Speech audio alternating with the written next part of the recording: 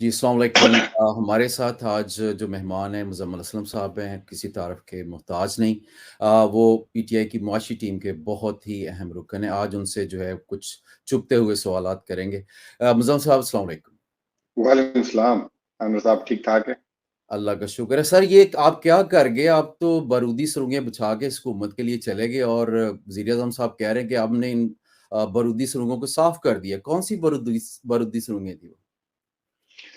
देखिए, अब बात ये है कि टाइम गुजर गया है। वजीर आजम साहब जो बोलते हैं या उनके साथी या इत्तेहादी बोलते हैं या तहरीक इंसाफ बोलती है। अब टाइम आ गया है शायर का और मौरिख का। ठीक है ना? अच्छा। शायर क्या बोलता है वो सुनना है, क्योंकि शायर आपको पता है वो हमेशा जो है ना हकीकत बयान कर देता है। और इस वक्त वो नया शायर है, ये शायर है आईएमएफ। अच्छा। आईएमएफ ने एक रिपोर्ट शाया की है, जो पिछला प्रोग्राम खत्म हुआ और 2018 से 2023 जून तक जिस जिस किरदार ने जो जो कारनामे अंजाम दिए, अच्छे बुरे, वो जो है उसने पूरी जैसे कि तफसील बयान कर दी। अच्छा। तो अब वो वजीर आजम साहब अगर इतने माशाल्लाह वो हैं, मतलब शोर हैं, तो वो आईएमएफ की एक दफा रिपोर्ट खोलें और उसकी एक प्रेस कॉन्फ्रेंस करते हैं। ठीक है ना? आईएमएफ, और अगर वो डिसएग्री करते हैं आईएमएफ की, तो आईएमएफ को चैलेंज करते हैं। ये एक तरीका है। आपने देखा है वैसे तो बात बात पे जो है जो है वो जो है प्रेस कॉन्फ्रेंस करने बैठ जाते हैं, ताकि मैं जो हूँ दिखूं कि जी मेरे से जो है मैं बड़ा काम कर रहा हूँ, ये मैंने बड़ी कारकर्दगी दिखाई है। ये 3 दिन हुए, 4 दिन हुए, रिपोर्ट आई है, इसका नाम भी नहीं निकल रहा मुंह से इनसे। हुँ। ठीक है ना? उसकी वजह ये है कि इनको चार्जशीट हुई है इसमें, और ऐसी चार्जशीट हुई है कि अगर कोई जरा सा भी महज़ब माशरा होता ना, जहां पे सवाल किए जाते हुक्मरानों से, तो अगर 10% भी महज़ब माशरा होता ना, तो इनका अपने सीट पे जो है ना 10 मिनट नहीं बैठ सकते, इनको इस्तीफा देना पड़ता इनको और इनकी पूरी काबीना। ऐसी चार्जशीट की है इनको आईएमएफ ने।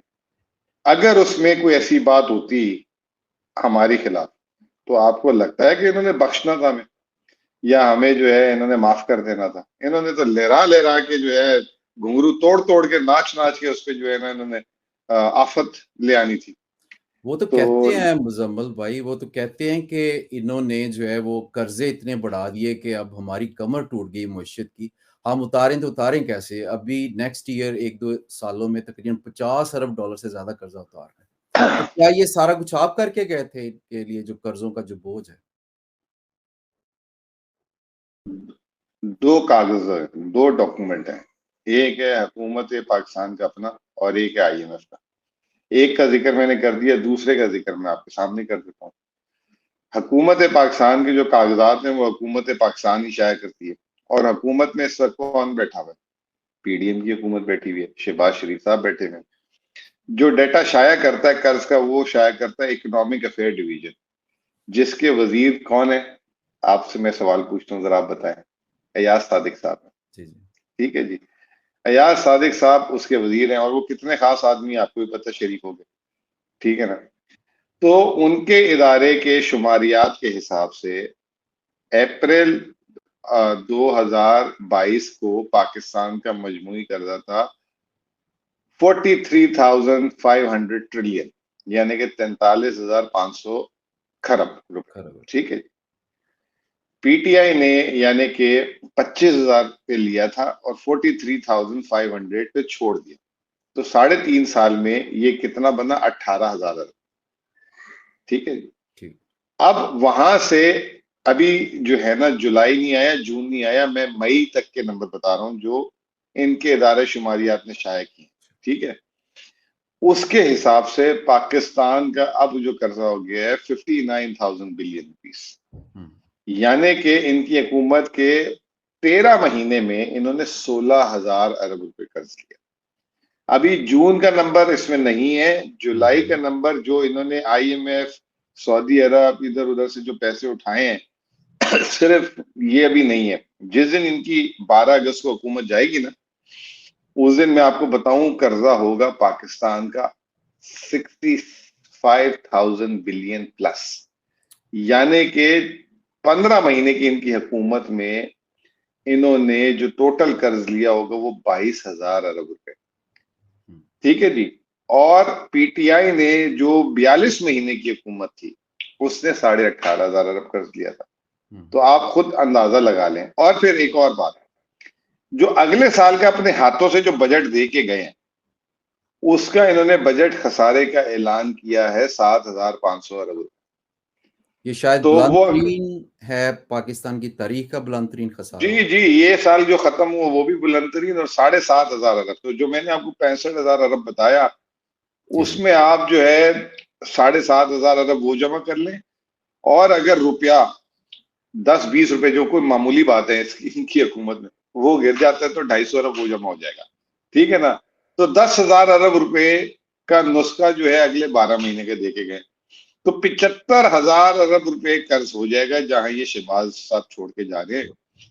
तो इनको ना, असल में इनको तो जो उंगलियों का हिसाब होता है ना, जो मेरा 8 साल का बच्चा है ये वो भी नहीं कर सकते। अभी वो खड़े हुए कहीं तकरीब में थे, 190 मिलियन पाउंड का जो है पूछ रहे थे रुपयों में कितने बनते हैं। हुँ, आगे हुँ। से बोलते हैं 50 50 अरब। भाई 380 रुपए का पाउंड है, इनकी जायदादें सारी वहां पड़ी हैं, इनको पाउंड के रेट नहीं पता। वो सही। पता है तो 190 अरब रुपए का हिसाब नहीं निकाल सकते, 190 मिलियन पाउंड का। दूसरा, 2-3 दिन पहले पता नहीं कहीं 3 अरब डॉलर का पूछे थे, 3 अरब और डॉलर का जिक्र कर रहे थे, वो किस चीज का कर रहे थे। फिर पूछते रुपयों में कितने हैं, उल्टा हुँ, सीधा हिसाब वो भी देना शुरू। सही। तो जिस वजीर आजम को हिसाब किताब ही ना पता हो, जो हिसाब ही ना लगा सकता हो, छोटे छोटे हिसाब, वो क्या मीशत संभालेगा भाई। उसको यही ना पता हो कि उसने उठाया कहाँ से था, छोड़ के क्या जा रहा है, उसने ले कितना लिया है कर्ज। तो ये तमाम चीजें तो, वो तो असलियत खुल गई है इनकी ना, हुँ, कि हुँ। ये कितने मतलब होशियार हैं। पहले वो जो खादिम आला बने हुए थे, सूबे के वजीर आला, और उनकी कारकर्दगी नहीं पता लगती सर। वो हुँ, सिर्फ वो जो है ना पुल बना के अपने आप को चमकाते रहते हैं। सही। असल जो है ना इंसान का जो पुतला है ना, वो पता लगता है कि तराशा हुआ है कि नहीं, वो वफाकी हुकूमत में आके पता लगता है, और वो सही। आपके सामने है। अच्छा मुज़म्मिल साहब ये बताइए कि इसहाक डार साहब जो हैं इनके बारे में पीएमएलएन और जो कुछ मुबस्सिरीन हैं वो कहते हैं ये इकॉनमी को बड़ा समझते हैं, इकॉनमी को बड़ा अच्छा चला सकते हैं। डॉलर इन्होंने पहले बड़ा अच्छा कंट्रोल किया जो इनका पिछले दौरे हुकूमत था।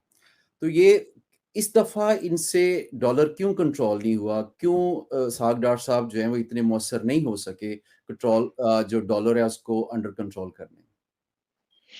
देखिए, बात ये है कि दुनिया का पहला वजीर खजाना है जो फाइनेंस मिनिस्ट्री में जो है ना डॉलर को कंट्रोल करता है। वजीर खजाना का काम होता है वो अपने बजट को बैलेंस करता है, वो सही। अपने खसारों को कम करता है। वो जो है फिर उस खसारे पे जो कर्ज लेता है वो सस्ते से सस्ता लेता है, वो उसको डाइवर्सिफाई करता है। हुँ, हुँ। उसका ये काम होता है। ये आके जो है ना डॉलर डॉलर डॉलर करते रहे। ठीक है हुँ। ना। दुनिया का पहला, कभी किसी, आप भी माशाल्लाह यूके में जी, होते जी। हैं ना मेरे ख्याल से, जी, जी। आपके ऋषि सोनक पहले आपका वजीर खजाना था, आप वजीर आजम हैं। जी।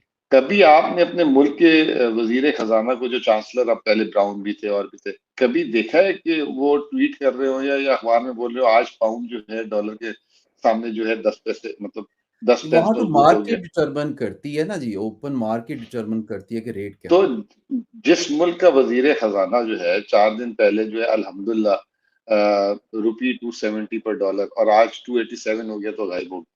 हुँ, ठीक है ना। जो इस तरह की कमेंट्री कर रहा हो तो वो वजीर खजाना तो नहीं है मेरे ख्याल से, वो तो कोई ट्रेडर है।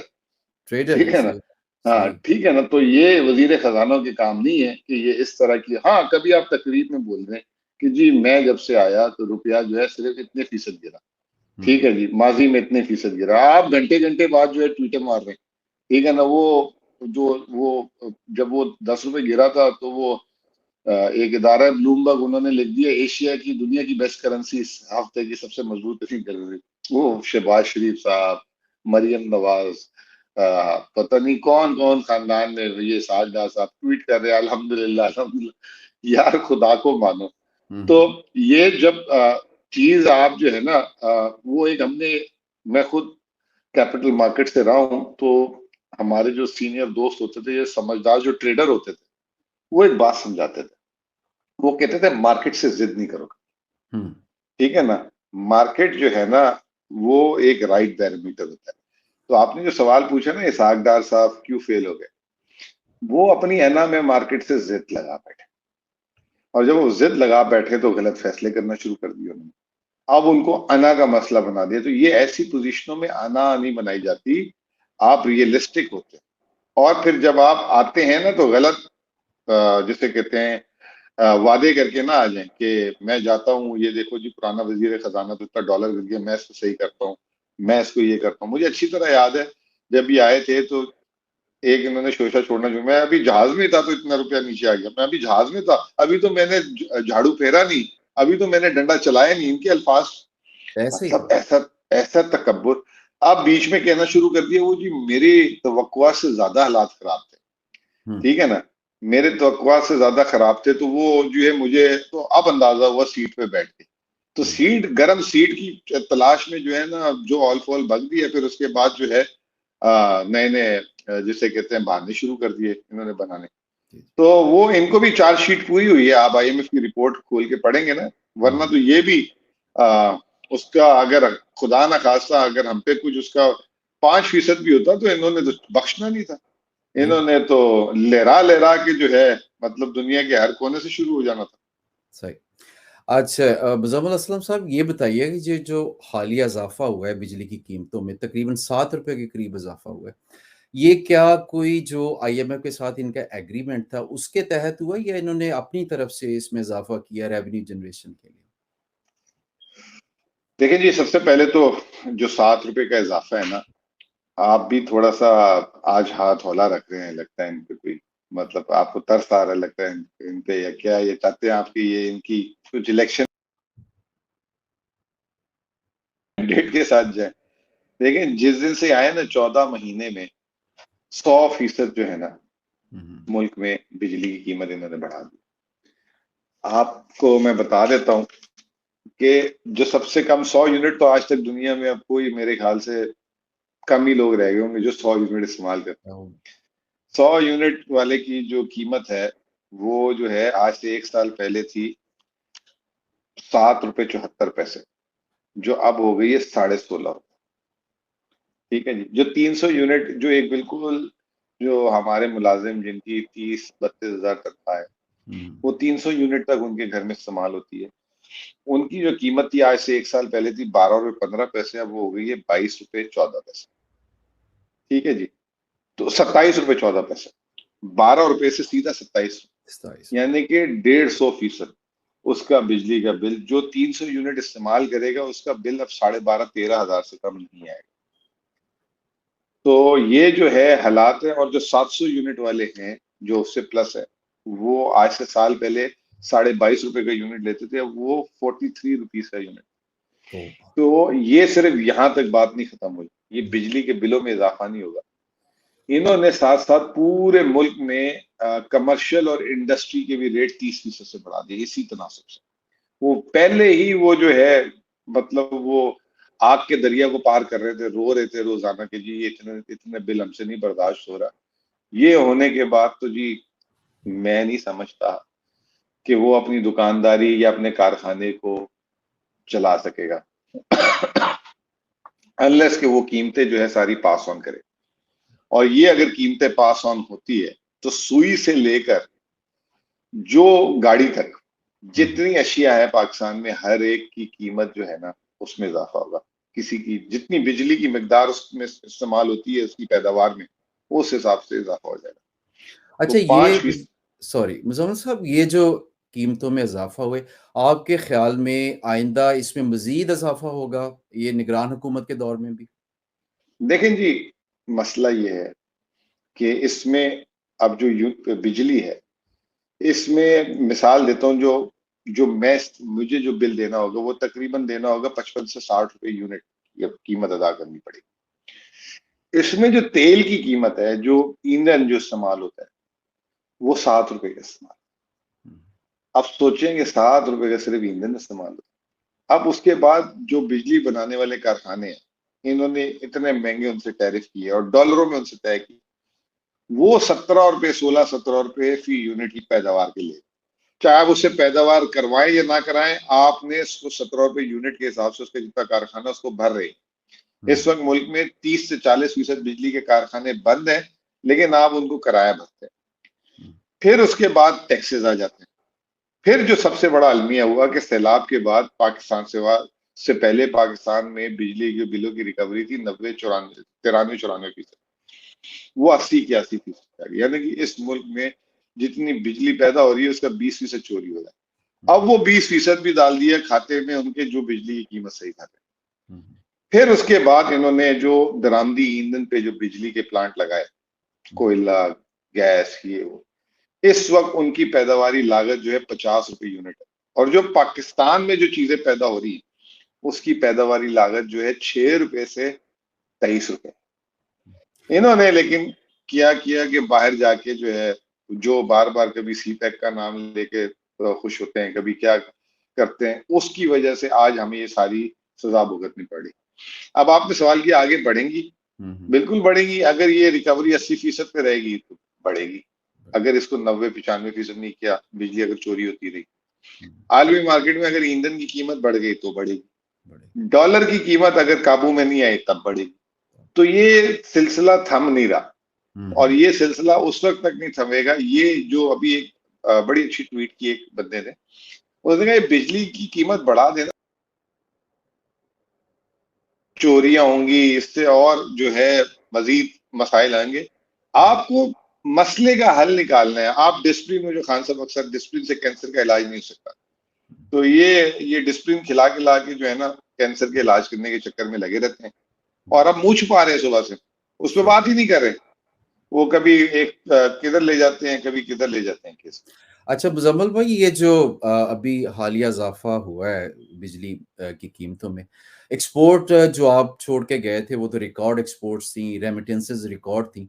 अब एक्सपोर्ट्स तो ऑलरेडी कम हो रही हैं, तो इसका इम्पैक्ट आप समझते हैं किस हद तक होगा हमारी एक्सपोर्ट्स पे? क्योंकि जाहिर बात है बिजली की कीमत जो है वो जो प्रोडक्ट्स हैं उसकी कॉस्ट में इजाफा करेगी, और हमारी चीजें महंगी होंगी तो बिकेंगी कैसे बाहर?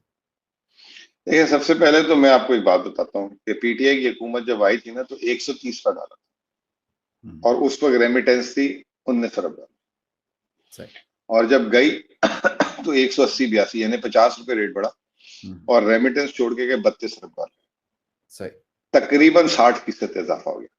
ठीक है, और कितना रुपए में इजाफा हुआ? 50 रुपए का। ठीक है ना, उससे रेमिटेंसेस बढ़ी।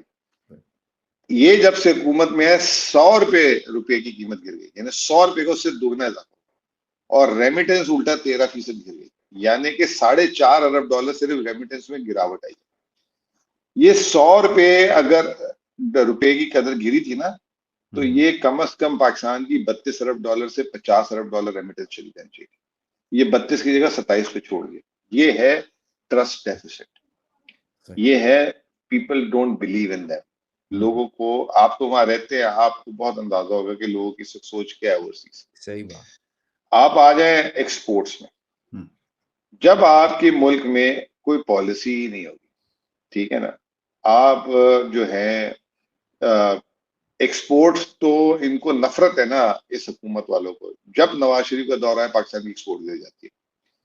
अब उसकी क्या वजह है? उसकी वजह मतलब एक ये भी है कि इनको जो है एक लव है इनका कि ट्रेडरों को जो है छूट दे दें, उसको छूट दे दें, इसको छूट दे दें, ठीक है ना, और एक्सपोर्टर को और ज़रात को हमेशा मारते हैं। अब ये पिछले साल फ्लड आ गया, लेकिन पाकिस्तान में जो कपास की पैदावार है वो 5 मिलियन बेल से भी कम। 2006 में यही कपास 14 मिलियन बेल होती थी, यानी कि 2/3 पाकिस्तान में कपास की पैदावार में कम हो। फिर इन्होंने इंपोर्ट पे रिस्ट्रिक्शंस लगा दी। अच्छा, इंपोर्ट पे रिस्ट्रिक्शंस 24 घंटे में फैसला करके लगा दिया। अब वो जो एक्सपोर्टर था उसको जो है रॉ मटेरियल चाहिए एक्सपोर्ट करने। पाकिस्तान में तो पैदा क्या होता है, ये भी कॉटन पैदा हो गई, बड़ी बात है, थोड़ी बहुत जो हो जाती है ये करना, ये थोड़ा सा। अब उसके लिए हमें दरामद करना पड़ता है, उनकी दरामदात भी बंद हो गई। जब दुनिया ने देखा कि भाई यहाँ तो इंपोर्ट पे बैन है, कल को कुछ होगा, हमें हमारा सौदा नहीं मिलेगा, सारे ऑर्डर जो पीटीआई के दौर में जो बांग्लादेश के हमने खींच के लाए थे, कोविड में बांग्लादेश इंडिया बंद हुई थी, वो सब ऑर्डर वापस चले, उल्टा पाकिस्तान के ऑर्डर भी। अभी जो आने वाले दिनों में लोग एक्सपोर्ट की बात बता रहे हैं, उसमें और लोग कह रहे हैं कि कमी होगी। ये छोड़ें कि वो जो फ्रीलांस एक्सपोर्ट आईटी की हो रही थी, जो $1 अरब जी। से हम $2.25 अरब ले गए, वो कम हो गई। वो कभी उस पर टैक्स लगा दे, कभी क्या करें, कभी क्या करें, कभी बैंकों से पैसे ना डॉलर लोगों को दिलवाएं। जो ये लड़के बच्चे बैठे हुए थे, ये लैपटॉप पे जो है ऐसे वो उछल रहे थे आज भी एक जगह पे। अब वो फ्रीलांसर जो है वो ये कह रहे हैं इंपोर्ट में पाबंदियां हो गई, हमें जो है मोडेम चाहिए होते हैं, हमें 10 चीजें चाहिए होती हैं, जिसकी बेसिस पे हम एक्सपोर्ट करते हैं। ये कह रहे हैं मैंने जो 2014-15 में लैपटॉप बांटे थे उससे पाकिस्तान की एक्सपोर्ट बढ़ी। ठीक है, तो ये जो है इनको इतना भी नहीं पता। मैं आपको बता रहा हूँ ना कि ये एक ठेकेदार सोच वाले हमारे इस वक्त इंतजामिया मुल्क में बैठी हुई है। इनको नई दुनिया, जदीद दुनिया किस तरह काम करती हैं चीजें, इनके पास से भी नहीं गुजरी। तो वो जो है अब क्या हो रहा है कि इंटरनेशनली लोग जो है हमारे फ्रीलांस, आप यूरोपियन किसी कंट्री शिफ्ट हो जाए, वहां से हम आपकी सर्विसेज ले लेंगे। हमें नहीं पता, आप भरोसा आपके मुल्क से जो है आप डिलीवरी टाइम पे ऑन टाइम कर सकते हैं। तो वही जो आप आजकल सुनते हैं ना कि 8 लाख लोग, 11 लाख लोग मुल्क से चले गए, एक्चुअली वो दबादब जा रहे हैं। सही। तो ये इन्होंने उल्टा हशर जो है हमारे मुल्क का ये कर दिया। सही। ले मुज़म्मिल साहब, आखिरी सवाल आपसे पूछते हैं कि ये इतना जो अरबों डॉलर का कर्जा है, आपकी हुकूमत अगर आती है तो उसको आप कैसे मैनेज करेंगे, कैसे उतारेंगे? हमारा जो रेवेन्यू है और जो कर्जों का स्केल है वो इतना ज़्यादा है कि आप कैसे अफोर्ड करेंगे उनकी रीपेमेंट्स में? सर देखिए ना, रेमिटेंस और एक्सपोर्ट में ये एक साल में इन्होंने $8.5 अरब का नुकसान कर दिया। ठीक है ना, अगर वही हम अपनी जगह पे ले आए ना तो पाकिस्तान के आधे मसले आते। ठीक है, और उसके बाद ओवरसीज को कॉन्फिडेंस दे दिया, वो थोड़ा सा रीबिल्डिंग में हेल्प कर गया अगर पाकिस्तान को, तो वहां से एक फायदा आ जाएगा।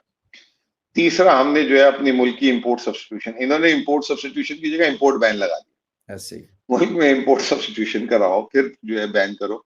इन्होंने वही बंद कर दिया कि जी ये आप बंद करें कारखाना, जाएं छुट्टी करें। तीसरा, हम इंपोर्ट सब्स्टिट्यूशन से जो है $4-5 अरब बचा सकते हैं। तो अगर हमें $15-16 अरब साल के हम एडिशनल रेस करना शुरू कर दें इस तरह बचत और ये, तो हमारा कर्जा तो $100 अरब है। तो फिर तो कोई मसला ही नहीं है। सही बात। इनको समझ ही नहीं आ रही। इन्होंने $8.5 अरब का नुकसान कर दिया IMF के $1.2 अरब के पीछे पूरे साल। मतलब वो चाहिए थे, जरूरी थे, लेकिन उसके पीछे इन्होंने $8.5 अरब पाकिस्तान के जो अपने थे, जो कर्ज के बगैर वाली रकम थी। रेमिटेंस आपको फ्री आती है, आपको कर्ज नहीं मिलता, देना होता ना, वापस करना होता है। इसी तरह एक्सपोर्ट आपको फ्री डॉलर आता है, मतलब आपकी पैदावार से आता है। इन बेवकूफों की तवज्जो ही नहीं उधर अभी तक। तो क्या ये काम करेंगे? मैं यही तो समझ, इनका तवज्जो एक ही कर्ज, वो रोजाना अल्हम्दुलिल्लाह आज वर्ल्ड बैंक ने $0.5 अरब, अल्हम्दुलिल्लाह आज हमें सऊदी अरब ने $2 अरब कर्ज दे दिए। मतलब इंतहा होती है। ये जो है इंसान, ये जो है कर्ज पे भी अल्हम्दुलिल्लाह अल्हम्दुलिल्लाह अगर हमें सुनना मिल गया, तो हमारी जो आगे आने वाली नस्ल है उसको तो इन्होंने पैगाम क्या दे रहे हैं, सिखा क्या रहे हैं कि कर्ज लेके जिंदगी चलाओ अपनी। सही बात। बहुत शुक्रिया मुज़म्मिल असलम साहब आपका जॉइन करने का। इंशाल्लाह जो है वो आपसे फ्यूचर में मुलाकात होती रहे। अल्लाह हाफ़िज़। इंशाल्लाह, थैंक यू।